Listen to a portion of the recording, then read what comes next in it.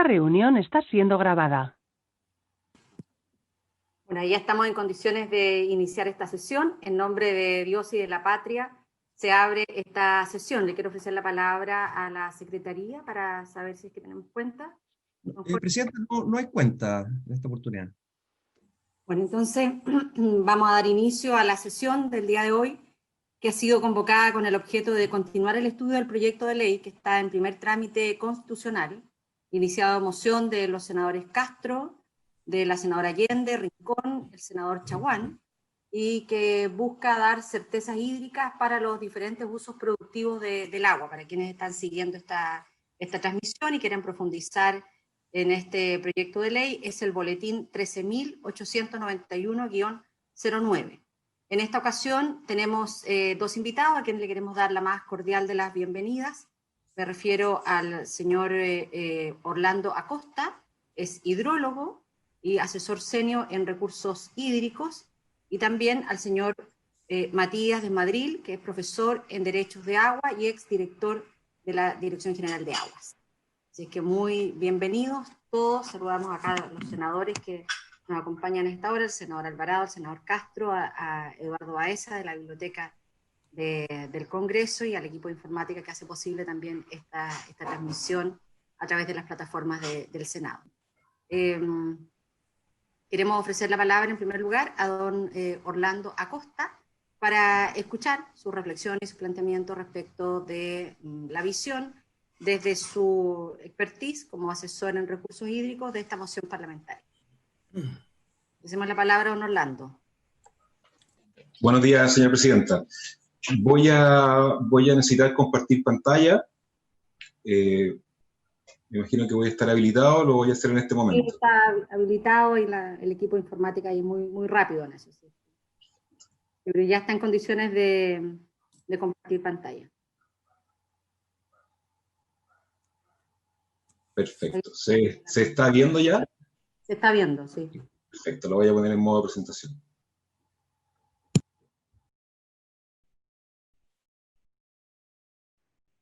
Ahí debería estar en modo presentación.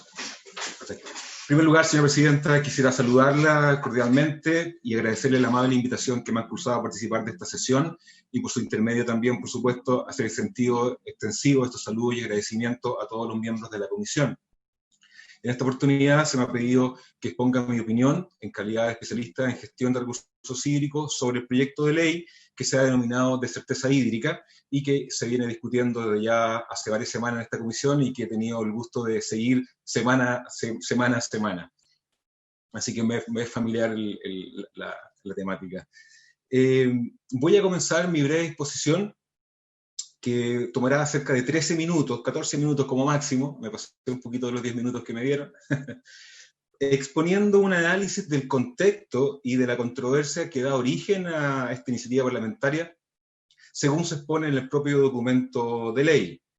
Contarles que revisamos detenidamente las casi 7 páginas donde se exponen los fundamentos del proyecto, con el objetivo de identificar la esencia del problema, ¿cierto? La necesidad, o como se dice en economía antropológica, el gran dolor que motiva esta iniciativa. Para partir de ahí, de ese extracto del diagnóstico del gran problema, del gran dolor, plantear unos breves comentarios y también algunas breves sugerencias. La argumentación del proyecto plantea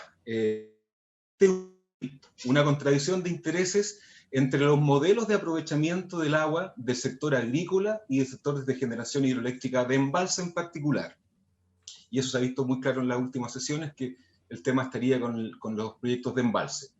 Se argumenta que la forma en que las operaciones hidroeléctricas de embalse ejercen sus respectivos derechos de aprovechamiento menoscaba la sustentabilidad de la fuente y de los demás usos, especialmente de los usos agrícolas. El problema concreto que se plantea, que se indica, radicaría en que dichas operaciones, en concreto, desembalsen el agua en los meses de invierno en vez de almacenarla en el verano, cuando es que los agricultores y otros usos consultivos tienen sus mayores demandas hídricas. Se indica que la competencia por el recurso entre estos dos tipos de usuarios termina perjudicando a muchos agricultores, especialmente agricultores más bien pequeños, ¿cierto?, que se encuentran en una situación de desventaja de fuerzas para participar de esa competencia por el recurso. De este modo, podríamos colegir que la controversia principal, el gran dolor que motiva el proyecto, dice relación en concreto con la existencia de una necesidad de coordinar el esquema de operación de los embalses de generación eléctrica para hacerlo coincidir con el perfil de la demanda de riego agrícola. Es decir, estamos hablando, se plantea una necesidad de sincronizar en el tiempo la demanda de hidrogeneración con la demanda agrícola. Podemos hablar del concepto de coincidir y sincronizar para ser aún más específico. Del mismo proyecto de ley también uno puede extraer cuál sería la causa o las causas raíces de este gran dolor que motiva en el proyecto.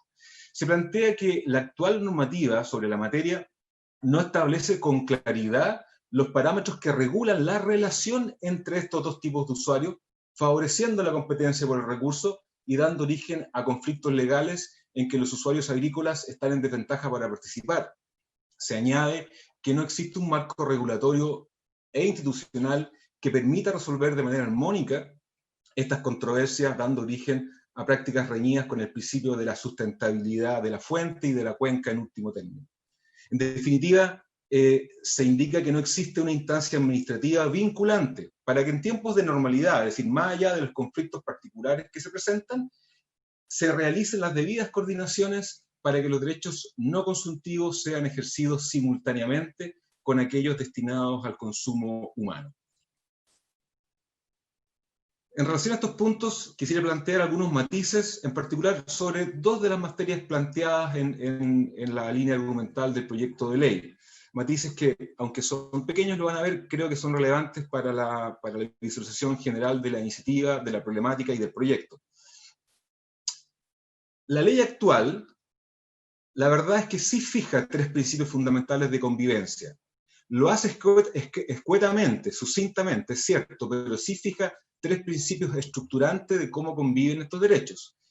El artículo 14 del Código de Agua establece que el ejercicio de los usos consumtivos, no consumtivos, se hará siempre en forma que no perjudique derechos de terceros, en cuanto a su cantidad, su calidad, su sustancia, su oportunidad de uso, ahí está la clave, la temporalidad en cómo se usan durante el año, y demás particularidades.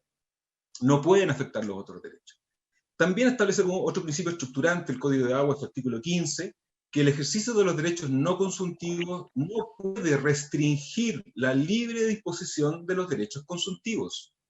No puede alterar la forma en que los derechos consumtivos tienen la facultad de ejercer sus derechos.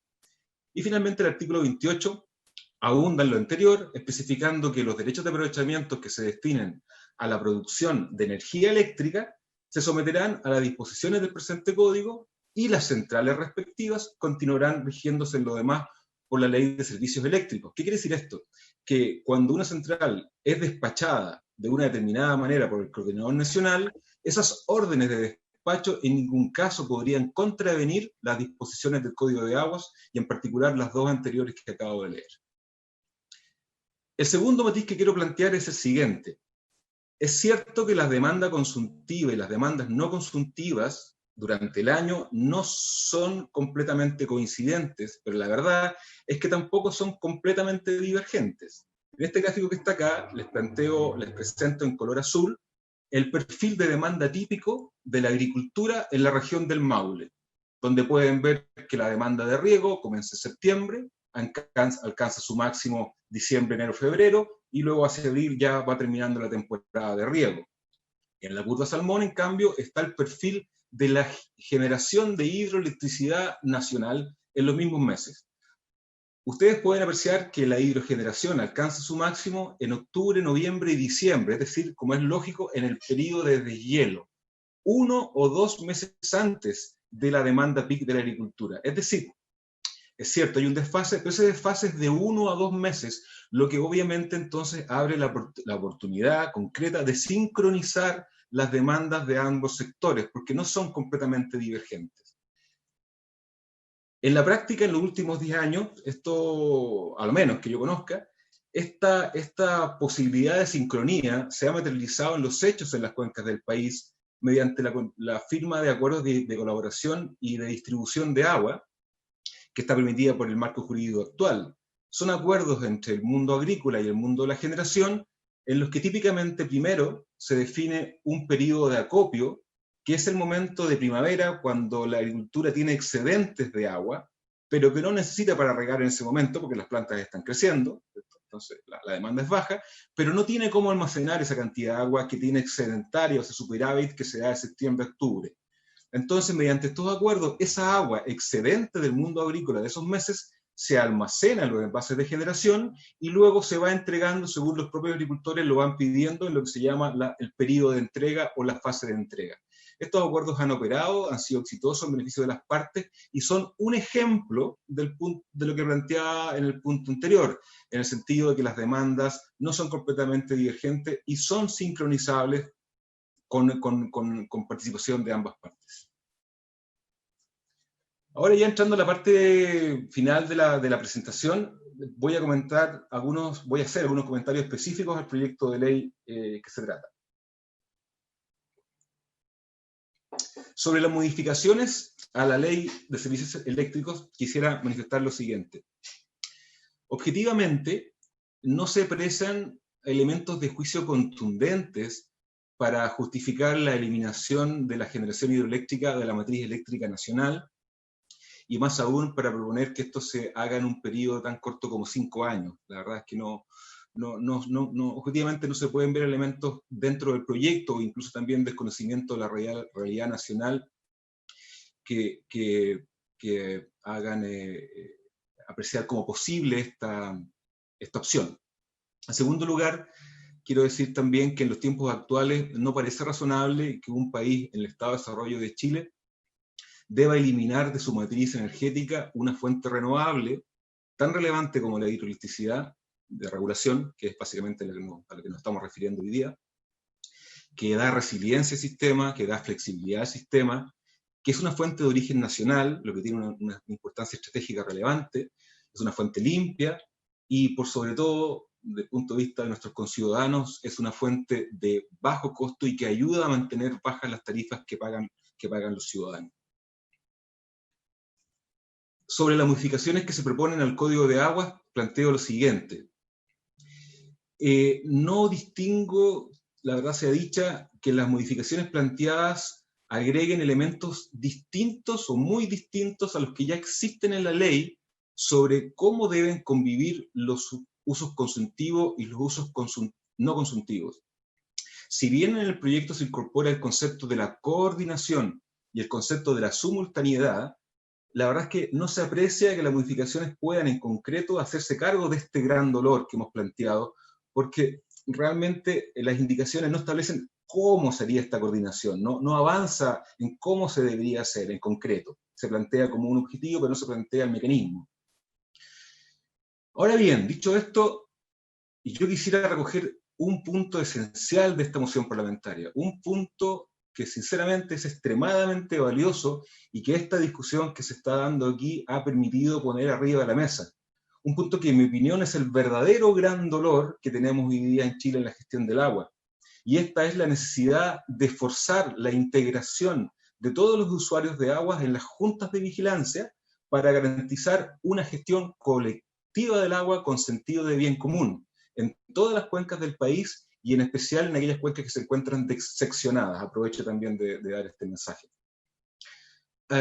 Hoy día no tenemos en las juntas de vigilancia los usuarios subterráneos conviviendo con los superficiales, los consuntivos conviviendo con los no consuntivos. En algunas sí, hay algunas excepciones afortunadamente, pero esto todavía queda muy libre.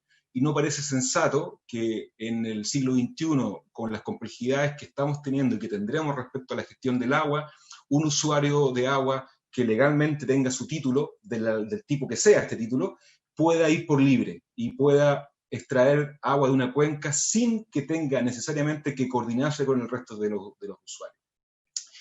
Y a partir de ahí planteo con mucha humildad una sugerencia. Mi sugerencia es que se introduzcan indicaciones en este boletín, o tal vez en el boletín 7543, que está en fases avanzadas, yo lo sé, donde se discute la gran reforma del Código de Agua, pero que tal vez pueda volver a instancias técnicas, ¿cierto? Entonces, que se introduzcan en este o en ese boletín indicaciones que establezcan la incorporación automática de todos los usuarios en las respectivas juntas de vigilancia por el solo Ministerio de la Ley, que no sea facultativo, que no es que si yo quiero o no quiero más socios, no, yo tengo un derecho y tengo que ser parte de la junta de vigilancia respectiva o la comunidad de agua, si es que es el caso. Pero también esas indicaciones deberían instaurar un mecanismo de fortalecimiento de estas organizaciones, con formas de cofinanciamiento, incentivos, ayudas, incluso capacitaciones técnicas y legales, para convertir a estas juntas y a estas organizaciones en órganos jurisdiccionales que den plenas garantías a todos los usuarios sin distinción de ningún tipo. Cuando sugerimos que estén todos los usuarios en una junta de vigilancia, necesitamos que todos los usuarios tengan garantía, y para eso se requieren unas reglas claras de convivencia que también, mediante estas indicaciones, no muchas indicaciones, pero certeras, bien redactadas, podrían solucionar y contribuir a salvar que en mi opinión es el gran dolor que tenemos en la gestión del agua en Chile. Eso es todo, señora presidenta. Muchas gracias. Muchísimas gracias a don Orlando Acosta por compartir sus opiniones, reflexiones y además sugerencias en la discusión de este proyecto de ley. Solo comentar que cuando se discutió ya en fases bien avanzadas la modificación al Código de Aguas, que es el boletín al cual usted hace alusión, precisamente el propio senador Castro planteó la necesidad de introducir en ese cuerpo legal modificaciones a las juntas de vigilancia, porque no necesariamente tienen un espacio muy democrático de participación de todos quienes tienen acciones en una cuenca, y se mantienen situaciones de mucha desigualdad, es decir, aquellos que tienen más, tienen también mayor representatividad en las juntas de vigilancia. Y precisamente el Ejecutivo lo que dijo es que íbamos a ir en otro proyecto de ley que estamos ahí esperando, y si no será una moción parlamentaria, pero agradecemos muchísimo porque muchos de nuestros invitados también, al igual que don Orlando Acosta, han coincidido en la necesidad de fortalecer las organizaciones de usuarios. Así es que muchas gracias. A la Secretaría, sí que puede dar el pase a nuestro próximo invitado. Ahí lo veo ya, a Matías. Efectivamente, sí, se trata del señor Matías Desmadril, profesor de Derecho de Aguas y exdirector general de Aguas, presidenta. Así es, ya ha estado en otras oportunidades acá en la comisión también, así es que muy bienvenido, le ofrecemos la palabra. Muchas gracias, presidenta, por la invitación. La verdad, un honor poder intentar aportar en algo en esta discusión sumamente interesante, más allá de las aprehensiones, comentarios del proyecto. Digamos, lo inspira una filosofía, un objetivo, digamos, que se ve compartido por muchos. Y quisiera hacerle una presentación en donde pretendo, digamos, transmitir cuáles son los análisis, digamos, las preocupaciones, digamos, y también por dónde esto se podría orientar. Bueno, el proyecto es claro en manifestar y justificar la propuesta de modificación al Código de Agua, así como a la Ley General de Servicio Eléctrico, en función de la grave situación de escasez hídrica del recurso agua, digamos, la necesidad que exista un uso más eficiente y sustentable, sobre todo a partir de aquellas aguas que están almacenadas en depósitos naturales o artificiales. También plantea derechamente dentro de sus motivaciones la posibilidad de explorar la reconversión, no solamente del sector, digamos, eléctrico, sino también alude al minero, y concretamente ver de qué manera esta agua detenida en lagos, lagunas, puede ser administrada de mejor manera. Bueno, con dos propuestas concretas que vamos a ver a continuación.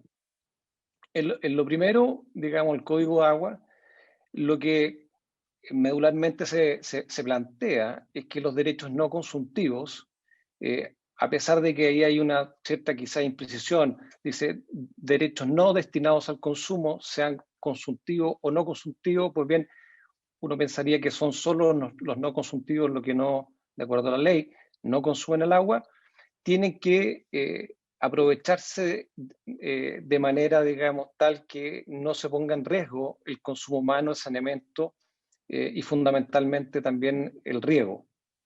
Entonces, lo que aquí se plantea es que esta agua depositada en los alveos, en los lagos, se hagan de una manera coordinada y también concretamente en ese inciso, digamos, cuarto, que no se saquen de los lagos, sino una vez que se supongan un uso simultáneo destinado al riego. O sea, una coordinación más bien ya con una restricción, que se evacúen esas aguas, se descarguen conjuntamente con las necesidades de riego. En materia de ley eléctrica, lo que se ve en la propuesta de modificación, incorporando este artículo 220 y el 30 transitorio, y lo vamos a ver más adelante como comentario, aquí se manifiesta una coordinación y la necesidad de hacer también un uso simultáneo de esta agua en función de las necesidades del consumo humano en saneamiento, así como en el riego también. Y en ese artículo 30, derechamente, plantea un plan de transformación a un plazo de 5 años en que el sector, digamos, hidroeléctrico prescinda de esta fuente de recursos hídricos, o sea, que ya haya digamos, una transformación de esa matriz productiva hacia otro tipo de energía renovable. Para poder iniciar, digamos, este análisis, preparé esta lámina con la finalidad de poder también explicar cómo se constituyen los derechos de agua, cómo se ejercen los derechos de agua, cómo funciona una cuenca. Si uno aquí ve en esta imagen, este es un río, ¿cierto?, que en la parte alta, como puede ser el caso del Maule, del Laja, que son los dos casos más emblemáticos en que se da esta situación de convivencia de grande uso hidroeléctrico con riego, en que en la parte alta, en la cabecera, existe un lago intervenido, aumentada su capacidad de regulación, en virtud del cual se constituyen derechos no consultivos. En el caso del Maule y el Laja hay convenios suscritos por el fisco a través de la Dirección de Riego con, en ese entonces, Endesa, que regulan el uso de esta agua almacenada según porciones y que tiene que ser debidamente coordinada con las necesidades de riego. Bueno, agua abajo, y que es lo que ocurre además históricamente, es que antes de que estos proyectos de hidroelectricidad, de centrales de generación existieran, ya habían derechos otorgados a regantes. O sea, aquí estas líneas en rojo dan cuenta de la existencia de canales de riego que preexistían a estos proyectos hidroeléctricos. Después, posteriormente, se pudieron haber constituido derechos no consultivos, centrales de pasada, que ya hemos visto algunas presentaciones en esta comisión. También pueden aquí existir en la misma cuenca embalses asociados, digamos, a derechos consultivos que regulan la agua y que posteriormente son captadas por canales de riego. Y la situación que se da muy habitualmente es que dentro de los canales de riego, esto se da en muchas cuencas del país, dentro de canales de riego, después de que el agua fue, digamos, retirada, fue ejercido ese derecho consultivo, dentro de las canalizaciones existen pequeñas centrales, en este caso muchas veces también con embalses multipropósitos para regular el agua del riego, sirven para generar hidroelectricidad.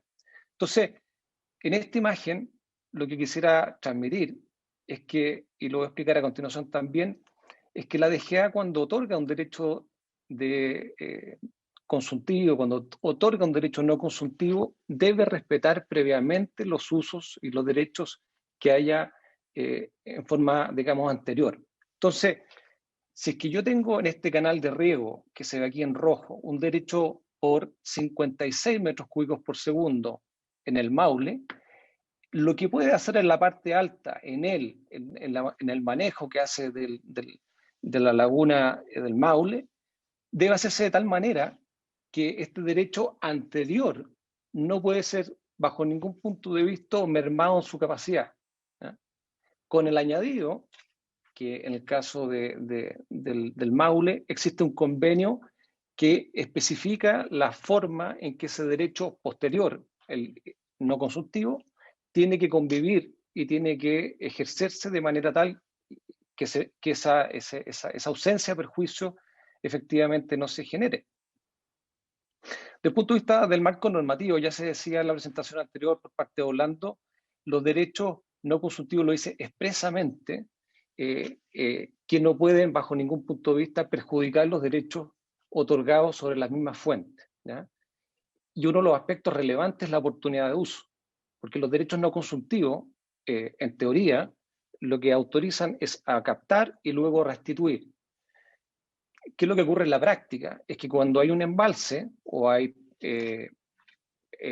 horas de acumulación de agua, esa agua que se capta en un momento dado no es restituida de manera inmediata. Entonces, lo que establecen posteriormente estos artículos, el 15, el 22, el 28 y el 97, número 3 del Código de Agua, de que ese no perjuicio a los derechos de tercero, en este caso pensemos en el riego, si es que la central, a través de un embalse, a través de un lago, regula, esa regulación no puede alterar el flujo natural que la DGA contabilizó cuando hizo ese análisis de disponibilidad para que pudiese satisfacer, suministrar el caudal que esos regantes puedan tener aguas abajo. O sea, la regulación está permitida, sí, solo en la medida que esa regulación se efectúe de tal manera que no vaya en contra de lo que establece el título y materialmente que no detenga agua que deben estar, digamos, suministrando el riego agua abajo. Y una norma relevante para estos efectos, para este proyecto de ley en particular, se refiere a las aguas detenidas. Es muy importante tener presente que las aguas detenidas no solamente están en lagos, sino que en obras artificiales, tanto en materia de regantes como usos no consultivos. Una vez que el derecho autoriza a extraer un caudal determinado desde el río, ese caudal, una vez que se deposita en una obra artificial, de cierta manera, sobre todo si estamos hablando de un derecho consultivo, esa agua ya se desafectó en su carácter de bien nacional de uso público. En consecuencia, esa agua almacenada queda fuera de la esfera, digamos, de la intervención de la autoridad o del tercero. Entonces, si uno pudiera, digamos, explicar el paso a paso de qué es lo que debe ocurrir para que un usuario no consultivo utilice 1 litro por segundo desde una fuente natural, aquí tenemos. Entonces, primero, tiene que haber un título habilitante y eso lo otorga el Estado a través de la Dirección General de Agua y establece las condiciones: punto de captación, restitución, caudal, forma en que se puede ejercer.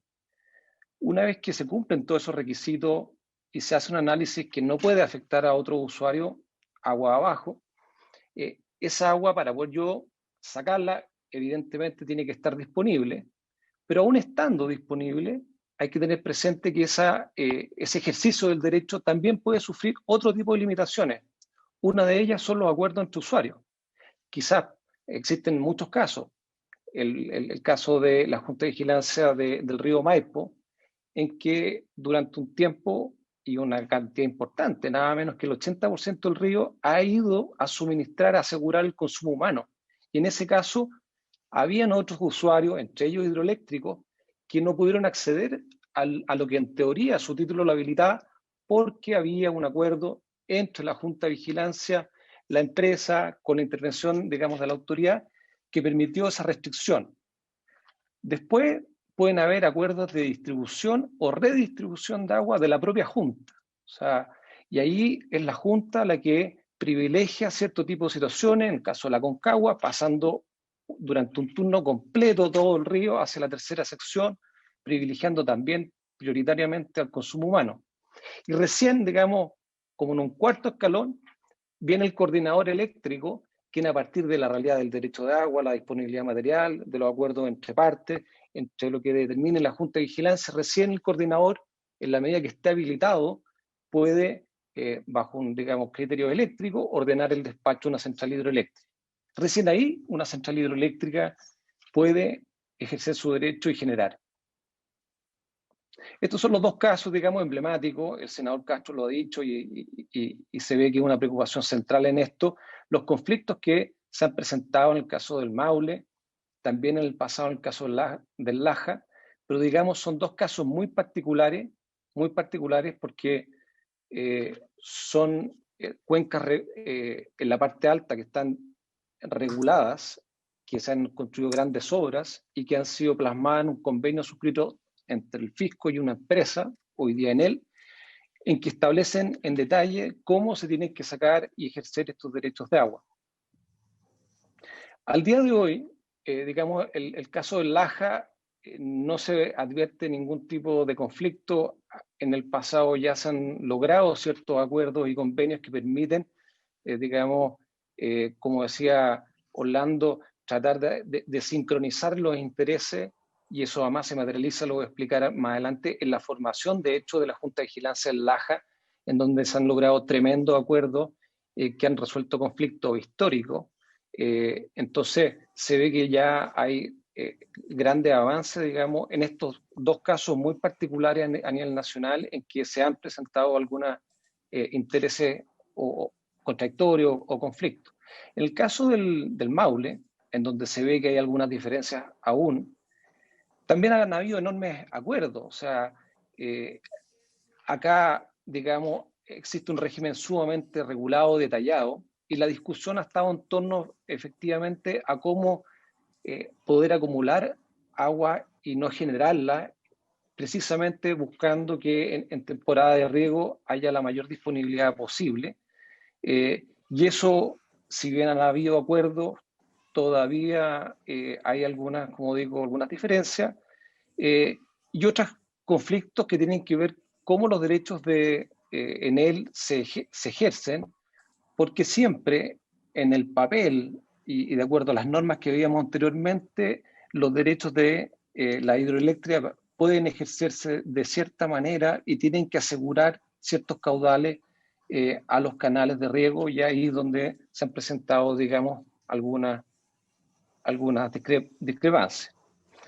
Entrando en materia respecto a los comentarios que uno podría hacer a este proyecto, lo primero más importante es que los derechos no consultivos se otorgan y se deben ejercer de una manera tal, por norma expresa, como la DGA analiza cuando se constituye un derecho de agua, de manera tal que no afecten a derechos de terceros. Eso está plasmado en diversos artículos. También, digamos, desde el punto de vista de la preferencia, uno puede observar que particularmente a partir del boletín 7543 ya se plasma con mucha fuerza la priorización al consumo humano. Si bien en la práctica hoy día hay acuerdos, hay intervenciones, hay redistribuciones por junta, injerencia de la DGA, apuntando a un uso, digamos, fundamental como el consumo humano. Aquí se profundiza con la modificación, pero la pregunta que hay que hacerse a continuación es si esa preferencia al consumo, como quedó plasmada, aquí lo que se podría pretender entonces es establecer una segunda prioridad que vaya hacia el riego, dejando en una situación, digamos, secundaria o en tercer lugar otros tipos de uso, como puede ser el hidroeléctrico. Eso es una cosa que aquí se advierte. Importante precisar esto de los depósitos, porque esto supone que debe haber una complementación, una coordinación y hasta un ejercicio simultáneo de los derechos de aquellas aguas que estén en depósito. Y lo dice genéricamente. Pero lo importante de aclarar es que existen dos fuentes, las naturales, sobre las cuales la DGA tiene completa injerencia y potestades, no así respecto a las artificiales, que están bajo la esfera, digamos, y en ocasiones también de aguas que son definitivamente privadas. Ya se ejerció un derecho de agua y esa agua está almacenada, y eso es importante que se precise, porque el agua ahí tiene un carácter distinto, ya no es un bien nacional de uso público, podría ser perfectamente un agua de propiedad, digamos, privada. Y esto abarca no solamente, digamos, una central hidroeléctrica, podría aplicarse a otro tipo de usuario que tenga un agua almacenada que podría ser objeto de alguna forma de distribución o ejercicio simultáneo. En materia de declaración de escasez hídrica, la DGA, eso es otra explicación para decir, la DGA sí puede hacer una distribución privilegiando ciertos usos. El caso de la Aconcagua es la manifestación más clara, en donde puede intervenir y puede distribuir las aguas existentes, no solamente las del río, sino las que estén almacenadas en fuentes naturales. Es decir, una laguna en la parte alta de una cuenca que esté siendo regulada o ejercida por una central hidroeléctrica, la DGA hoy día también podría tener injerencia bajo la norma actual. Respecto al planteamiento de modificar el artículo 220, lo que aquí quiero plantear es que si bien la modificación del artículo 15 del Código de Agua habla del ejercicio simultáneo a partir de aguas almacenadas en depósitos, no lo hace así en el artículo 220. Entonces la pregunta que uno se podría hacer es, aquí se tiene esto hay que interpretarlo de manera más amplia, y no solamente este ejercicio simultáneo, la generación hidroeléctrica apuntaría también a tener una coordinación, aun cuando no haya agua que provenga de una fuente de aguas depositadas, de aguas almacenadas. Eso, como al menos está redactada la norma, se ve que hay una diferencia que convendría al menos precisar de acuerdo al texto del proyecto. Y lo otro relevante, aquí lo destaco, que dice que tiene que contar el uso o el ejercicio del derecho por parte del concesionario eléctrico, tiene que estar sujeto a la autorización de una organización de usuarios. Y ahí, la verdad, primero, hay distintos tipos de organizaciones de usuarios. La Junta de Vigilancia podría eventualmente tener injerencia porque distribuye la agua a nivel de una cuenca. Pero existen comunidades de agua, asociaciones de canalistas, que la verdad no tienen ni podrían tener ninguna injerencia sobre el ejercicio de un derecho de agua en un canal, en un embalse, y eso está planteado de una manera genérica. Y por último, respecto al artículo 30 transitorio, se plantea este plan de transformación, y coincido con lo que se ha planteado anteriormente y en otras sesiones, de que esto me parece que va en sentido contrario de fomentar el uso de la energía renovable, porque el agua es fundamental. Si bien la energía eólica y solar son hoy día ya han aumentado en el último tiempo de una manera importante, el agua es una fuente relevante, es una energía de base que no puede digamos, eliminarse.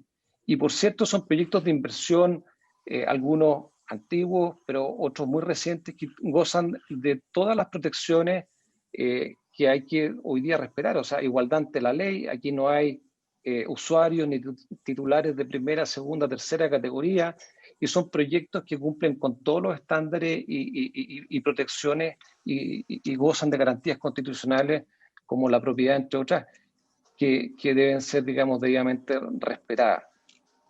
Entonces, la pregunta que hacer es si este proyecto, entonces, así como está planteado, es consistente con la realidad nacional, salvando algunas situaciones muy particulares a nivel nacional que hemos mencionado, y con otras políticas públicas. A mí me parece que esto pugna, digamos, con el plan de descarbonización, en donde el agua juega un rol fundamental, y no solamente las centrales de pasada, estas centrales con embalse, con regulación. También hay otras modificaciones muy relevantes que uno podría pensar de fortalecerlas, precisamente en el boletín 7543, y aumentar, digamos, o fortalecer algunas cuestiones que requieran de coordinación a nivel de cuenca, facultades de las juntas de vigilancia. También, sin olvidar que el Estado ha promocionado, apoyado el desarrollo de embalses multipropósitos. Si bien el Maule, el Laja son grandes obras de acumulación interanual, son embalses finalmente multipropósitos, están destinadas también a suplir los déficits de riego, y a menor escala hasta el día de hoy se siguen desarrollando. Entonces, la interacción riego-generación es algo deseado, y a nivel de cuenca aumenta la resiliencia porque al final hay una mayor acumulación, y esta sincronía que hablaba Orlando poco a poco se ha ido acercando y se ha ido, digamos, alineando, y eso finalmente se traduce en que en temporada de riego hoy día, bajo escenarios de suma escasez, hay una disponibilidad que estas obras de acumulación han ocasionado, digamos, beneficios concretos y medibles en muchas de las cuencas del país. Y como último punto, me parece importante que esto se mire de cara a la realidad también nacional de lo que ha venido ocurriendo en la incorporación ya de proyectos y usuarios y titulares de proyectos hidroeléctricos. El caso de Mapocho, de Maipo, Cachapoal, son casos los cuales juntas de vigilancia han incorporado dentro de sus filas, dentro de sus miembros, a las empresas hidroeléctricas.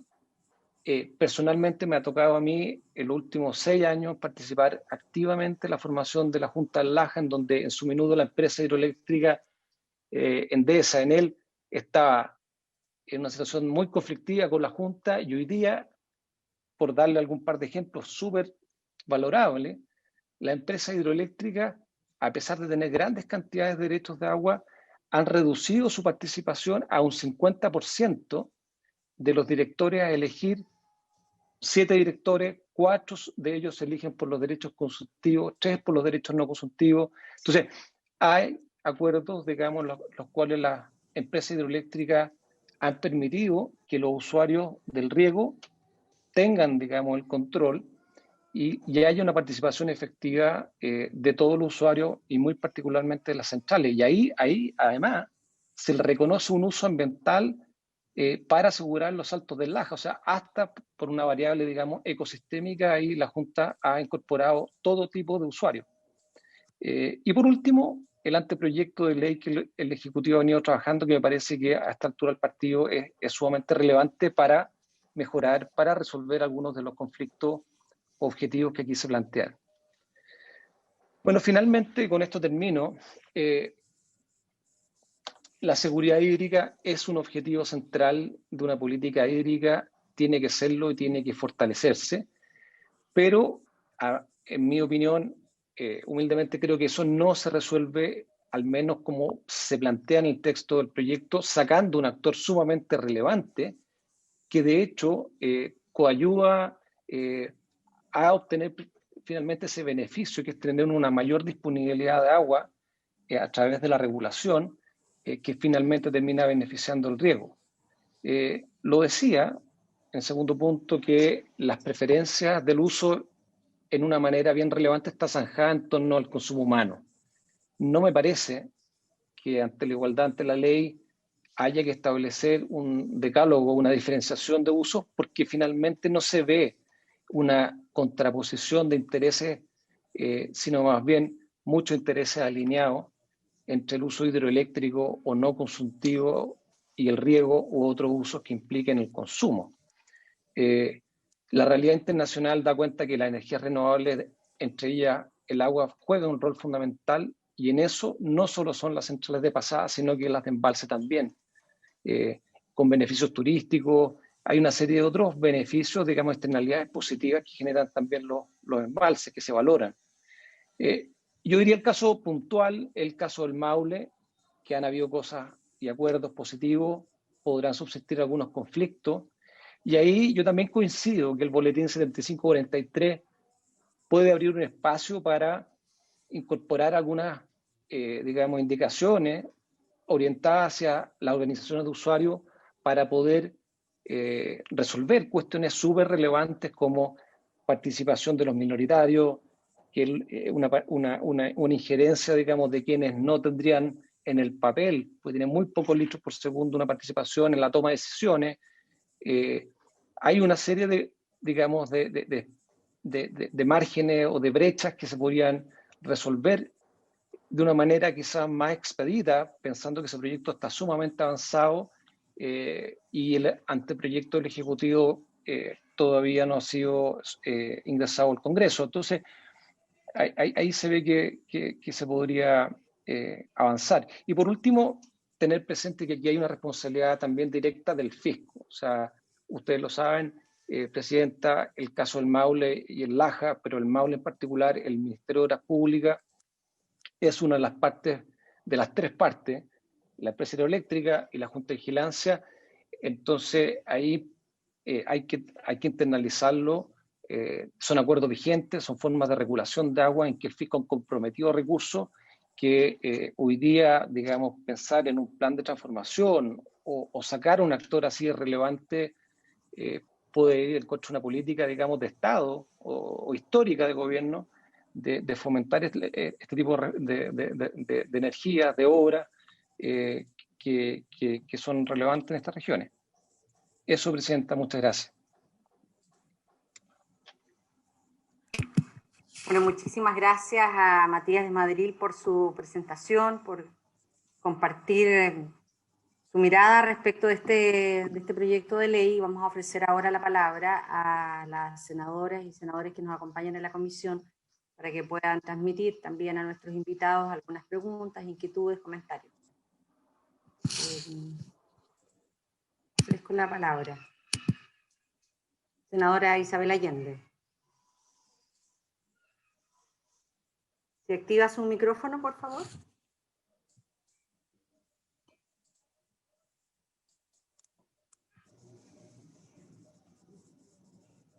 Sí, ahora sí. Ahora.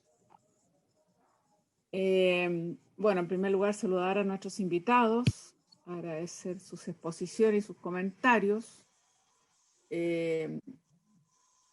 Yo quiero ser bien honesta en el sentido que yo fui una de las que apoyé al senador Castro en este proyecto, pero como lo he dicho en otras oportunidades, con sus dudas y solamente con el objetivo de ver si podemos avanzar en la mayor conciencia de que tenemos que hacer cada vez más un uso sustentable del agua. Estamos viviendo una situación de escasez hídrica, que tenemos que avanzar, cosa que el gobierno todavía ha presentado una especie, no ha formalizado, nos ha presentado en la comisión una especie de borrador de lo que sería una nueva institucionalidad que hace mucha falta, pero que todavía formalmente no ha sido presentada. Entonces estamos atrasados en cuanto a que este país necesita una nueva institucionalidad que se haga cargo, digamos, de la dispersión que tenemos en las funciones del agua. Eso es lo primero. Lo segundo, y reforzar obviamente la prioridad del consumo humano.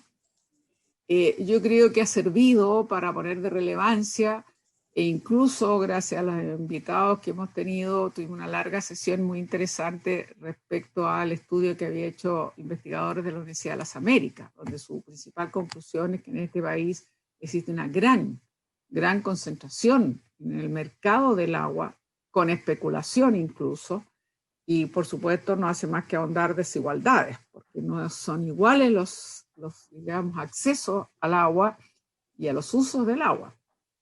Que tuvo su polémica, que fue la parte quizás también enriquecedora en cuanto a que la Dirección General de Agua cree que las bases de datos de esa investigación no son suficientes, no importa, pero hay ahí, incluso ya planteado por investigadores, usando además una metodología muy atractiva que fue reconocida en el artículo donde se publicó en una revista de mucho prestigio, que tiene que ver con el coeficiente de Gini, que no es algo usual, digamos. Todo esto ha servido para motivar el debate. Entonces, yo creo que es cierto que nosotros podemos detectar, primero, de que el catastro de agua es una herramienta que es fundamental, pero que aún no se actualiza lo suficiente, que tiene deficiencia y que es fundamental avanzar en eso. Lo hemos dicho también otras veces, o sea, ¿cómo se hace una buena política si ni siquiera contamos con información actualizada? No sabemos realmente cuánta agua hay, superficial o profunda, o cuántos derechos de aprovechamiento reales se están ejerciendo en caudales, no en el papel. Pero además, aquí entiendo que los dos investigadores coinciden, y creo que otros también lo han hecho, de la necesidad de que de verdad la Junta de Vigilancia tenga registrada la totalidad de los usuarios, lo que no ocurre necesariamente. Y quizás es interesante, por ahí alguien planteó la posibilidad de que sea más automático, que no sea solamente voluntario el registrarse. Y quizás eso ayudaría a que efectivamente entonces de verdad todos sean parte de una organización más colectiva. Sin embargo, uno tiene sus dudas, porque en la propia Junta de Vigilancia, no solo que no están todos registrados, sino que también en sí misma también refleja las desigualdades, porque obviamente tienen más votos quien tiene más acciones, y obviamente que tienen más acciones quien tiene mucho más poder, digamos, o recursos que los que son más pequeñitos. Entonces ya también ahí hay un tema de una cierta desigualdad que valdría la pena ver cómo eso se trabaja mejor. Y también Claro, el proyecto habla de una coordinación y yo creo que efectivamente hace falta, por eso digo, se relaciona de alguna manera con una nueva institucionalidad que aún no se presenta, pero hace falta entre distintos actores, pero tampoco queda claro entonces una coordinación más precisa entre efectivamente usos consultivos o no consultivos. Y así como tampoco decíamos están todos los actores reflejados en las juntas de vigilancias. Y donde yo coincido y donde a mí no me parece en el proyecto, y yo tuve dudas desde el inicio y se me han profundizado, si quiere, Presidenta, en la medida que hemos ido teniendo la oportunidad de ahondar con las distintas exposiciones, es que efectivamente yo soy una de las que cree que la hidroelectricidad es una fuente de energía renovable. No es no convencional, pero es una fuente renovable. Y entonces yo creo que todo lo que uno avance en energías renovables es positivo, porque nosotros tenemos metas de descarbonización y supuestamente deberíamos llegar al 2050 a la neutralidad. Y eso es imposible hacerlo si no vamos avanzando, digamos. ¿Y cómo vamos avanzando? Este país todavía un 40% de su generación eléctrica la hace por la vía de elementos fósiles. Entonces, claramente todavía necesitamos avanzar, aunque hemos dado pasos muy sustantivos. Yo soy parte de lo que era de la Comisión de Minería y Energía, donde nosotros presentamos el proyecto que llamamos en su momento 2020. Es decir, teníamos que llegar al año 20 con 20% de generación a través de energías renovables no convencionales y en definitiva se avanzó más de lo que pensábamos. En su momento lo postergamos para el 25 pensando que teníamos que llegar a esa meta, estamos hablando por ahí por el 17, 16, no estábamos tan seguros y al final claramente era posible y esto hay que seguirlo haciendo. Entonces, tenemos que buscar siempre las formas en que estas energías renovables puedan seguir avanzando. Entonces, efectivamente, en relación a la hidroelectricidad, es necesario porque nosotros no podemos quedarnos en este 40% que creo que todavía es muy alta como cifra. Entonces, necesitamos en ese sentido dar pasos sustantivos hacia adelante. Entonces, lo que quiero decirle, Presidenta, bien de fondo, es que yo no sé cuándo este proyecto se votaría en general, pero yo creo que este proyecto no lo votaría ahora, siendo una de las personas que lo suscribió, por algunas dudas que me deja, valorando los elementos positivos, pero hay elementos de fondo que no están bien todavía planteados, y yo creo que sería interesante. ¿Por qué? Porque necesitamos, la Fundación Chile incluso está haciendo un estudio más preciso sobre la articulación de los distintos actores en las cuencas y que tienen relación con el agua. Yo creo que nosotros debiéramos buscar la forma en que puedan coincidir si logramos presentar un proyecto de mejor articulación entre distintos actores, porque eso permitiría entonces hacer una verdadera fusión si se lograse, porque lo que me parece a mí es que si en cambio avanzamos en una línea y el otro viene con posterioridad, probablemente después va a tener que seguir trámites paralelos, pero nunca lograr una mejor coordinación porque van a tener tiempos distintos. Entonces, si usted me pregunta derechamente, yo creo que pospondría esto hasta marzo, esperando lograr avanzar en el proyecto que tiene que ver con dos cosas. Uno, la mejor articulación de todos los actores a nivel de cuencas, como usuarios, pero también en una institucionalidad que el gobierno tiene que terminar de presentar de alguna vez. Y también en el avance de los estudios que yo sé que está haciendo Fundación Chile y que puede ayudar a ilustrar mejor justamente con detalle cómo se comportan los distintos actores. Y por otro lado, existe un compromiso, y yo espero que avance más aún, la Dirección General de Agua, que como le consta a la Presidenta, le hemos dado a través de proyectos más facultades, más fiscalizadores, más presupuesto para mejorar su gestión, porque claramente sus instrumentos nosotros necesitamos absolutamente tener un registro confiable. O sea, no es posible como el ABC, cómo usted hace una buena política, una gestión del agua si ni siquiera conoce, digamos, la realidad de cómo está estos derechos de aprovechamiento, esta distribución y lo que hay en términos de aguas subterráneas y lo que hay de aguas superficiales. Entonces, yo creo que, o porque no todos se registran, ya sé que se hicieron modificaciones que nosotros mismos aprobamos justamente con ese sentido, de que ahora tienen que registrarse los derechos, si no pena de multa, e incluso se puede caducar, eso está en el Código de Agua que se está discutiendo. Me parece muy bien un avance en ese sentido, pero creo que todavía este país no cuenta con una información confiable, veraz. Entonces, que incluso ha hecho que se cuestione el estudio, que yo ya lo he explicado, yo me he permitido decir que yo comparto esta conclusión del estudio porque no tengo ninguna duda que existe una gran concentración y que hay un mercado del agua. Yo sé que al senador Castro no le gustó que usáramos esa expresión, pero me recuerda en la sesión pasada, pero es evidente, si incluso, como decían los investigadores, es cosa ver las páginas donde está la oferta de compraventa.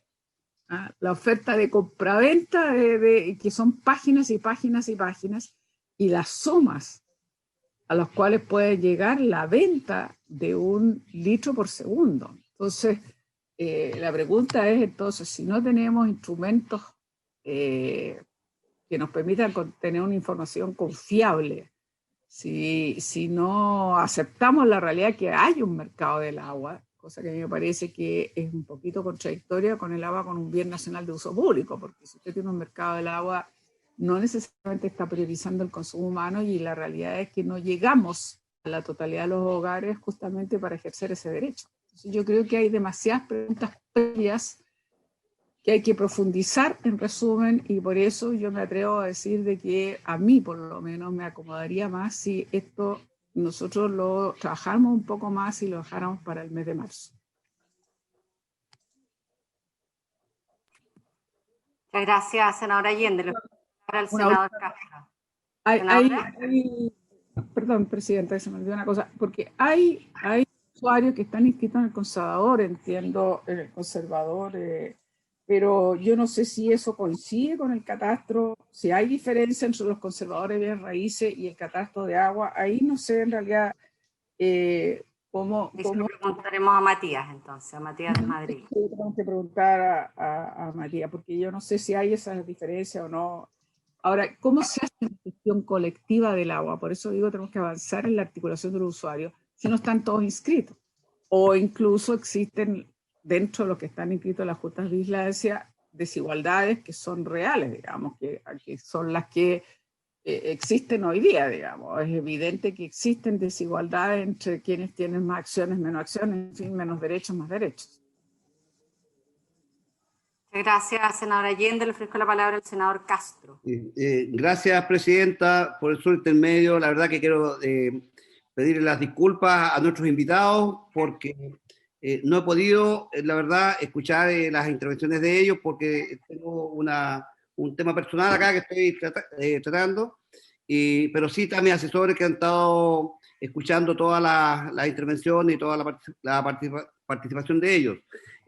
Decirles que para mí como senador de la región del Maule este es un tema muy importante porque en la región del Maule la verdad que han habido tremendos abusos de la generación por sobre el riego y por eso este proyecto se presenta como un proyecto donde el agua no puede tener solamente un uso, sobre todo las generadoras que lo usan en invierno y nosotros en toda la región del Maule el riego es en verano. Aparte de eso tenemos un tercer uso que es el turismo, que también es muy importante para nuestras zonas, que son zonas que tienen sus paisajes y tienen muchas caídas de agua, y que hay una importancia muy valiosa del agua como uso para el turismo. Entonces, este es un proyecto que yo siento que es de mucha importancia para la séptima región y incluso para la octava región también que tenemos nosotros ahí, otro embalse grande que también hay agricultura que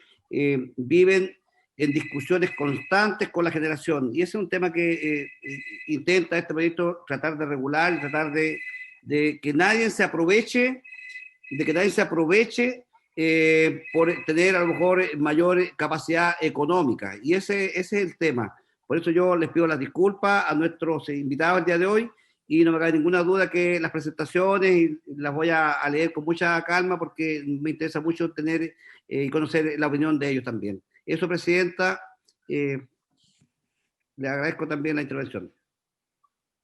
Muchísimas gracias. Yo también quisiera hacer un par de consultas y comentarios, porque escuchando la intervención del profesor Acosta y el profesor Desmadril, que ambos también tocan el tema del fortalecimiento de las organizaciones de usuarios y cómo tal vez se puede ir corrigiendo este modelo que va consagrando desigualdades, ¿eh? Como lo decía la senadora Allende, finalmente aquellos que tienen mayores recursos concentran más acciones, tienen una mayor participación en la Junta, más allá de acuerdos específicos en una cuenca en donde deciden tener directores, omitirse en algunos cupos de directores para darle cupos a otros, más bien. Lo que hace ese modelo, además de reproducir esa desigualdad, es que en el fondo plantea que solo tienen opinión respecto de lo que ocurre respecto a la administración del agua aquellos que tienen derechos. Y cuando uno va al origen de esta preocupación del agua como un bien nacional de uso público, aquí hay otras personas que, no teniendo derechos, pueden también opinar respecto de la administración de una cuenca. Lo digo porque vivo en la región de Atacama y hemos planteado en esta época nuestra extrema preocupación respecto de que el río nuevamente está seco. Y está seco por decisiones que se toman de desviar aguas arriba, las aguas. Entonces uno se pregunta, ¿es legítimo en que aquella persona que no tiene derecho no pueda opinar respecto a la administración de la cuenca? Yo creo que este es un proyecto que abre esa posibilidad también de debate, en que aquí no solo aquellos que tienen acciones pueden tener injerencia. Otra de las consultas que quisiera hacer, particularmente a Matías Desmadril, porque él además fue exdirector de la DGA, y como lo planteaba también en su intervención la senadora Allende, hemos tenido la posibilidad en 2 oportunidades de tener acá los investigadores de la Universidad de las Américas respecto de la concentración del agua, el coeficiente de Gini, y cómo a partir de este mercado del agua que se ha generado en nuestro país, hoy día hay millones de chilenos que no tienen acceso al agua potable como un derecho humano esencial. Y una de las dificultades, porque hemos escuchado también a quienes son detractores de ese estudio, hemos tenido a la DGA como contraparte, hemos tenido a las organizaciones de usuarios como contraparte de ese estudio, y una de las dificultades que ellos ven es precisamente el registro público de aguas. Entonces, el catastro público de aguas. Obviamente el catastro público de aguas no coincide con la información que tiene el conservador de bienes raíces. Tenemos una dificultad respecto de cómo hoy día se están haciendo los registros. Es posible que personas que tengan derechos no se registren en las organizaciones de usuarios, y lo que es más complejo, no se registren en el catastro público de aguas. Entonces, en ese sentido, me gustaría también preguntarles a Matías qué soluciones él puede entregar, puede sugerir para la actualización del catastro público de aguas, porque, claro, lo que hemos escuchado es que, abro comillas en la cita textual, la Dirección General de Agua está ciega, porque no tiene la información al día. Y uno dice, bueno, ¿por qué no tiene la información al día si la ley confiere la exigencia de registrarse en el catastro público de aguas? Y el que no lo hace tiene sanciones. ¿Por qué no aplica las sanciones?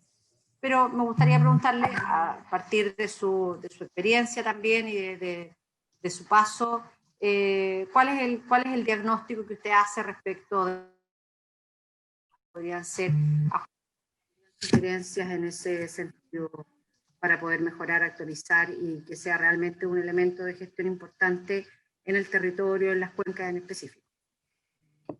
No sé, senador Alvarado.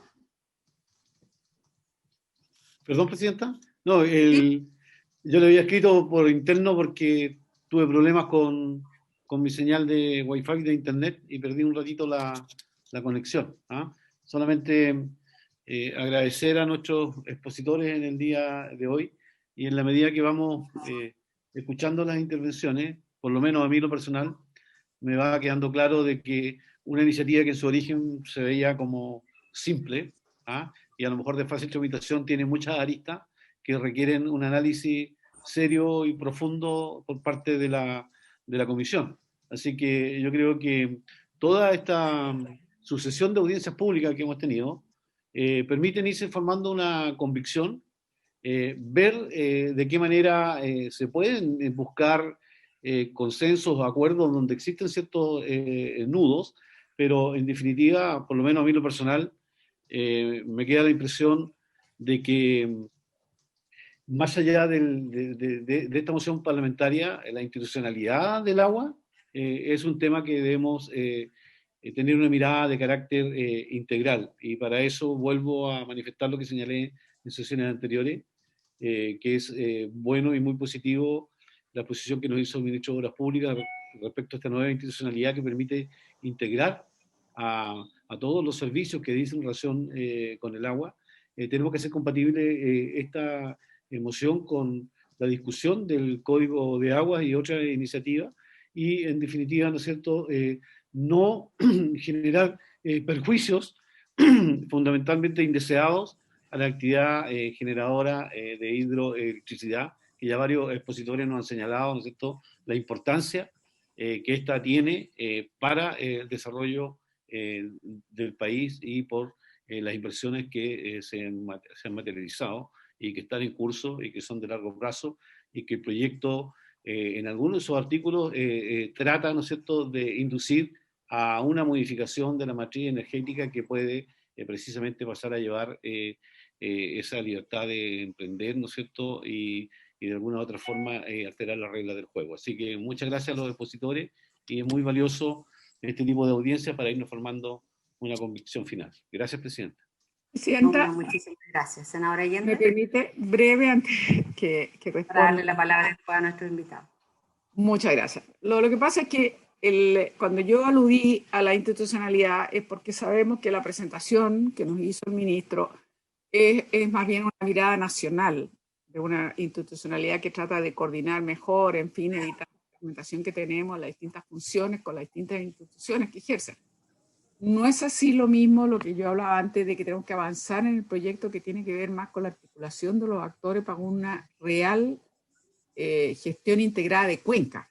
Porque la institucionalidad no se mete, digamos, en ese nivel, y yo creo que ese nivel es esencialísimo para que haya una buena gestión pública que tiene que partir desde el territorio con todos los actores. Entonces, dicho eso, sería interesante que ambos invitados nos digan cómo ven esta coordinación, si existe en algún momento que se pueda realizar esta institucionalidad nacional que nos presenta el ministro y una gestión integrada de cuencas. Y en ese sentido, como ambos han hablado de la necesidad de fortalecer, digamos, lo que ya hemos explicado, estas juntas de vigilancia, que no incluye a todos, que hay muchos que no tienen derecho, que entonces no tienen participación, o incluso la participación, como hemos dicho, es desigual, pero de todas maneras, si hay una diferencia entre una gestión colectiva y una gestión integrada. Entonces, a mí me interesaría conocer la opinión de ambos en este aspecto. Muchísimas gracias. Le vamos a ofrecer la palabra a nuestros invitados en el orden al revés de lo que fueron sus intervenciones. Vamos a partir por Matías y pueda finalizar Orlando Acosta. Matías. Muchas gracias, Presidenta. Se han planteado temas tremendamente interesantes, desafiantes. Son muchos los desafíos y temas que hay que resolver en materia de agua, pero también me parece justo y necesario que tampoco perder, digamos, de vista todo lo que se ha avanzado. O sea, aquí, digo, ya hay múltiples aristas de institucionalidad, de mercado, de sistemas de información, de gestión, de organización de usuarios. Se han planteado muchas temáticas que están todas interrelacionadas, pero son temas bien distintos. Entonces, para no perderme, voy a ir por parte a lo que primero usted planteó, Presidenta, respecto al registro, a la inconsistencia, a la falta de información. El catastro público de agua como institución parte del año 97. ¿ya? Y a mí me tocó estar en la DGA a partir del año 2010 y me enfrenté a una que causó mucho revuelo en ese minuto. Hoy día parece casi anecdótico, pero fue algo, digamos, sorpresivo. En ese entonces el fiscal nacional económico demanda a la Dirección General de Agua porque no le estaba cumpliendo con el envío de la información de todas las transacciones de los derechos de agua en el mundo de los derechos no consultivos, que era una obligación que tenía la ley.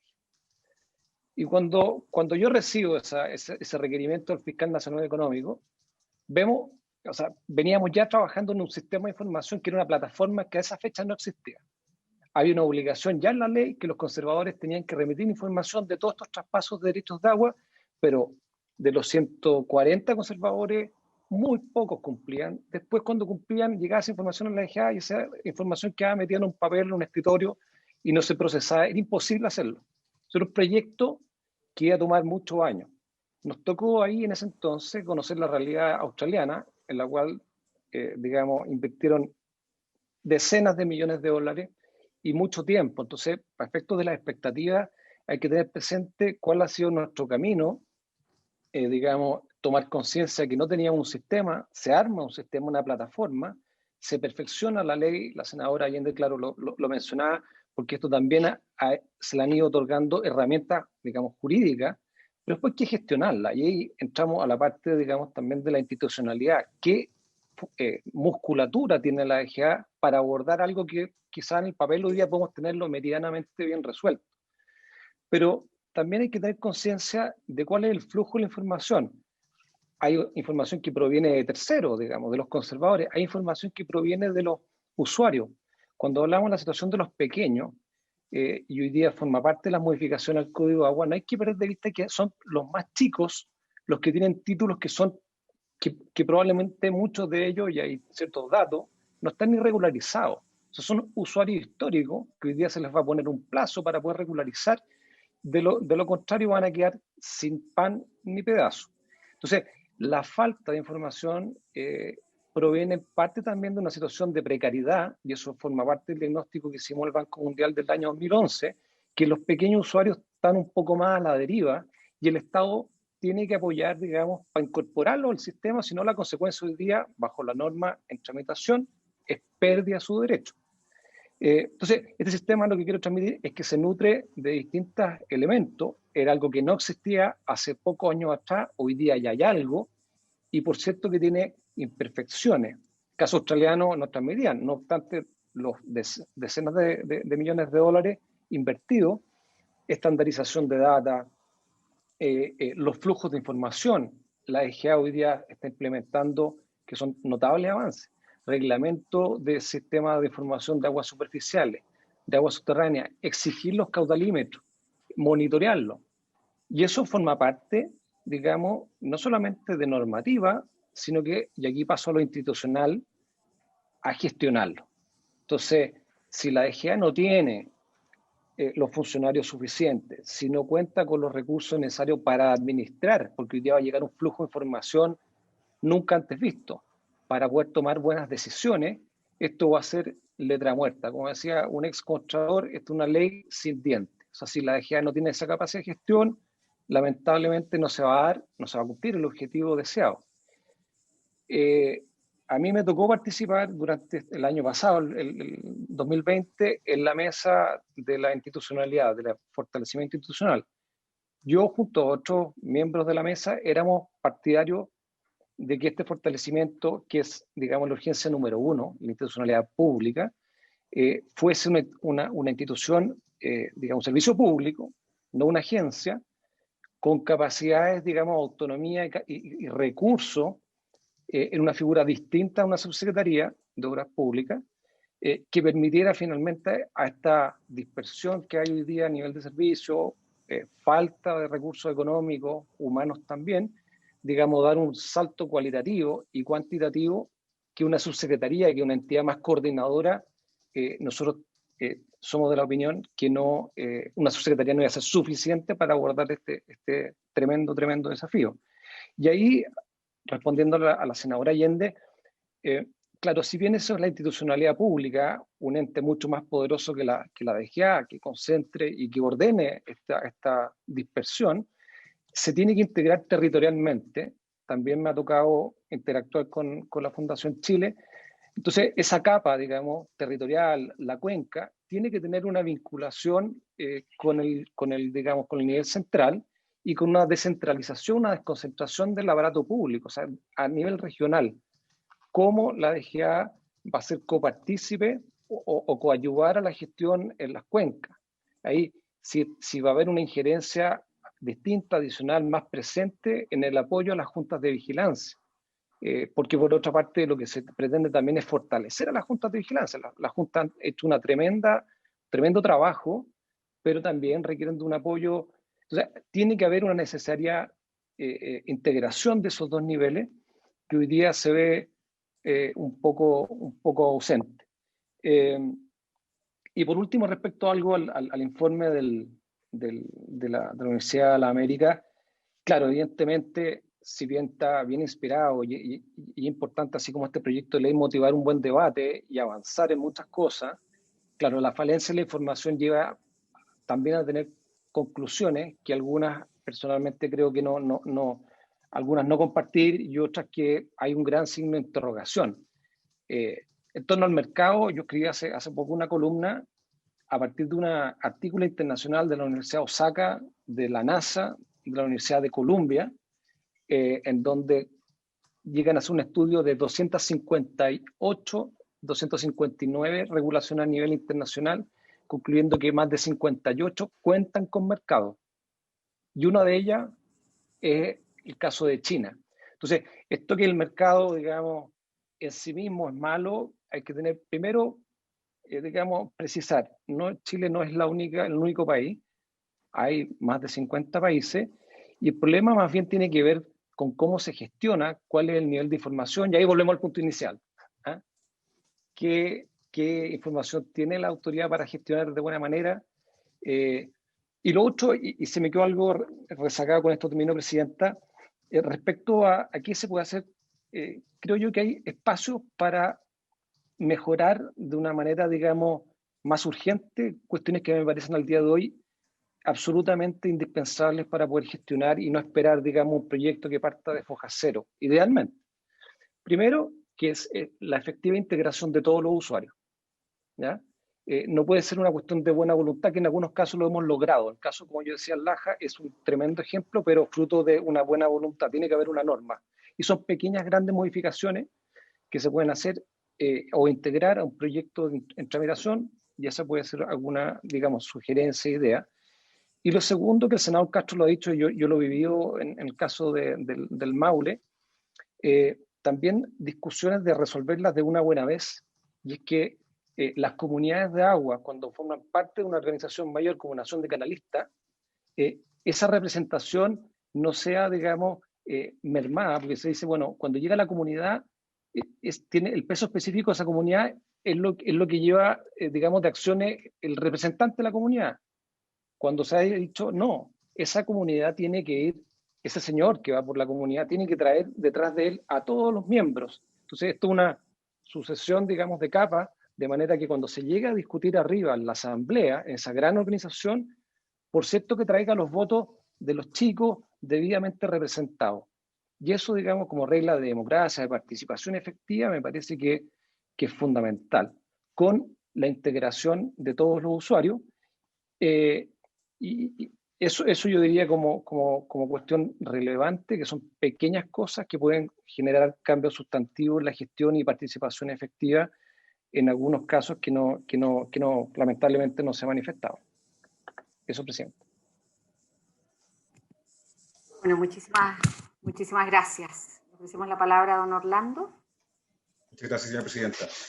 Brevemente voy a tocar 3 puntos de los que han comentado los senadores y senadoras. Referente al catastro público de agua, llamado CPA, le voy a decir CPA que es más corto, el CPA, que lleva la DGA, y el registro de agua de los conservadores. Una decisión muy, muy importante, yo creo, que no la he escuchado así precisa en las últimas sesiones. El catastro que lleva la DGA, el CPA, tiene un mero fin, cuando digo mero no es peyorativa la palabra, pero un mero fin catastral. El registro que consagra la titularidad del derecho es el registro de aguas del conservador de bienes raíces. Es ese registro mediante el cual los titulares de los derechos de agua toman la posesión del título y pueden demostrar que el título es suyo. Y en ese registro de conservador de bienes raíces distribuido por ahora todo el país, uno encuentra una gran cantidad de derechos, sobre todo los derechos antiguos antes del 81, que básicamente, como se ha dicho en estas sesiones, en esta comisión, en otras sesiones, son los que dan cuenta de gran parte de los derechos hoy día. Los derechos agrícolas, cerca del 70-80% estaba constituido antes del 81. Y lo que tenemos entonces que el registro de la CPA, de la DGA, el CPA, ese registro no está actualizado y no tiene la completitud que ya se ha comentado aquí largamente y que debería tener, no digo que no. Entonces, ¿cómo se soluciona esto? La verdad es que es muy simple, es extremadamente simple. Lo que pasa es que requiere trabajo y recursos. No tiene más complejidad que esto. Es simplemente ir a las bases de los registros y comenzar a aglutinar la información para armar bases actualizadas por cuenca. No olvidemos que si pudiese ser que la DGA, si bien es cierto que pudiese ser que no tiene derechos antiguos agrícolas, la DGA sí tiene inscritas las juntas las comunidades de usuarios de agua. Recordemos que la ley establece que esas comunidades se inscriben y es más, establece que todos los años las comunidades de usuarios de aguas debieran mandarle las actualizaciones de sus registros de usuarios. De modo que en la DGA debería estar y están los registros de usuarios de todas las comunidades de agua y deberían estar actualizados año por año si es que las comunidades se los enviaran. Entonces, estamos hablando que este es un problema sencillo de resolver, pero que requiere trabajo y recursos. Y como requiere recursos y mucho trabajo, no se ha hecho con el paso del tiempo, pero la verdad, créanme que no es más sofisticado que eso. Es urgente, pero no es más sofisticado que eso. Hay que ponerle marcha y esto se puede lograr. De hecho, yo les cuento que en estudios particulares, en que se requiere un catastro actualizado, se le paga a un consultor y el consultor va a una cuenca determinada y en 2, 3, 4 meses levanta el registro actualizado. Muchas veces estos registros quedan desperdigados en estudios particulares o en estudios incluso públicos, pero que luego quedan guardados y no se lleva esa actualización al catastro central de la DGA. De modo que es algo urgente de hacer, pero no es algo difícil de hacer. Ese es el primer mensaje. Respecto a la relación entre gestión integrada de cuenca y gestión colectiva del agua, quisiera decirlo en simple. La gestión colectiva del agua, la gestión del agua en particular, es una pieza de la gestión integrada de cuenca, a la que algún día deberíamos llegar. ¿Cierto? La gestión integrada de cuenca es un proceso mediante el cual se gestionan en conjunto el agua, la tierra, otros recursos naturales asociados al agua, en el mismo territorio, y se gestionan con una sola visión, buscando el beneficio general de esa comunidad. Esa es la gestión integrada. Pero ocurre que para llegar a ello, lo primero que hay que tener es al menos una gestión integrada del agua. Esto es como cuando por algo los niños le enseñan a multiplicar después y primero le enseñan a sumar. Lo primero que tenemos que lograr hacer en Chile es que efectivamente integremos a todos los usuarios de agua en organizaciones que converjan y finalmente, en último término, en juntas de vigilancia en la que estén los consultivos, los no consultivos, los superficiales y los subterráneos. Esta es la gran cuestión acá, y la verdad es que si revisamos la ley, no voy a entrar en detalles ahora, en la práctica se dan algunas cortapisas, hay algunos cuellos de botellas que hacen que en los hechos no se integran todos los usuarios. Y voy a nombrar solamente dos cosas que estas indicaciones que yo propongo deberían resolver, que son, a mi modo de ver, las cosas fundamentales. Primero, zanjar de una vez por todas cuánto pesan los consultivos y los no consultivos. La idea del 50 y 50% es una buena idea que se ha trabajado en algunas cuencas en particular. Ahí habría que ver si tiene una cabida y una situación a nivel nacional, pero es una forma de asegurar que ninguno tiene la preponderancia. Lo otro es cómo se integran los usuarios subterráneos. Hoy día las juntas de vigilancia no tienen bajo su jurisdicción real a los usuarios subterráneos. Y resulta que este país, la mitad norte de este país, de Santiago hacia arriba, vive del agua subterránea básicamente. Entonces eso también es prioritario, integrarlos. ¿Pero por qué no se integran? Porque la ley no establece, no fija cuánto pesan los subterráneos respecto a los superficiales. Y en último término, el tema institucional, efectivamente, ya lo estoy mencionando, ¿no? Cuando hablo que la necesidad de integrar a nivel de cuenca. La reforma institucional es, para mí, el gran dolor que hay que resolver, ojalá en el menor tiempo posible, a nivel estatal, porque ahí también hay necesidades, pero también, como hemos venido hablando en esta sesión, a nivel de cuenca. Y esto hay que solucionarlo porque Chile, por razones de mayor demanda incremental por su desarrollo y por razones de variabilidad climática, está enfrentando una escasez relativa que es creciente y que podría ser creciente en los próximos años. Por lo tanto, la institucionalidad tiene que prepararse para abordar el desafío. Mientras antes entremos a ello, vamos a tener menos conflictos. Mientras más tardemos, vamos a entrar con mayor cantidad de conflictos y es algo que esos países no necesitan. Eso, señora presidenta. Bueno, queremos agradecer a nuestros invitados. Creo que no habiendo sido necesariamente el propósito original del proyecto de la moción parlamentaria, pero ha coincidido también este debate con otros, como por ejemplo el estudio respecto de la desigualdad, ha permitido ir colocando el foco en el catastro público de aguas y en la opacidad que existe en un espacio que debiera ser relevante cuando tenemos en nuestro país una escasez hídrica, en donde además pareciera que esta situación de falta de actualización o de transparencia del catastro es un espacio fértil para la falta de fiscalización. Y yo creo que, insisto, sin haber sido, creo, el objeto de esta moción parlamentaria, ha ido generando un debate muy interesante respecto de ya a esta altura, si es que es posible mejorar el catastro público de aguas o derechamente pensar en una alternativa distinta, como lo plantea el profesor Acosta, pensando en un levantamiento distinto, tipo censo, pero que permita efectivamente tener la realidad de cuántos son los derechos asignados en cada una de las cuencas, cómo se puede administrar, pero sobre todo cómo se puede fiscalizar mejor, que es una función esencial de la Dirección General de Aguas y que además ha sido fortalecida en los últimos años con iniciativas legales que hoy día están en plena marcha. Así es que, bueno, queremos agradecer las opiniones de quienes han sido nuestros invitados en el día de hoy, Matías Desmadril, Orlando Acosta, gracias también a los parlamentarios que han sugerido sus nombres, porque han sido un importante aporte, así como también el resto de los invitados que han venido a concurrir a esta Comisión de Recursos Hídricos. Así es que muchísimas gracias a todos y a todas por haberse cumplido el objeto de esta sesión. Esta se levanta. Muchas gracias. La grabación se ha detenido. Muchas gracias.